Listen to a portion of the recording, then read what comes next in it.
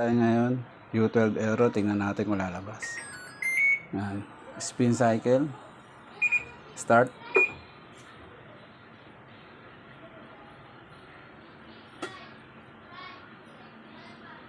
Yan. U12 error. Panasonic top load washing machine. Not spinning.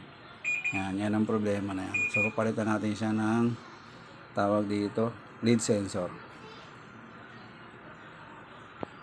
Yan, nabuksan na natin. Ito yung pinaka lead sensor niya. So, ito yung bago nating ipapalit. Yan.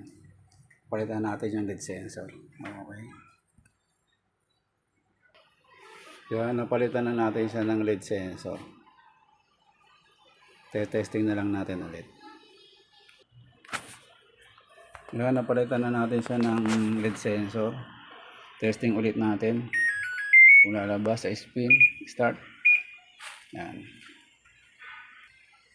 Nag-click na yung ano niya, yung drain motor sa ilalim. Yan. Hindi na siya nag-U12. Umanda na agad yung timer niya from 40 na naging 11. Diretso spin.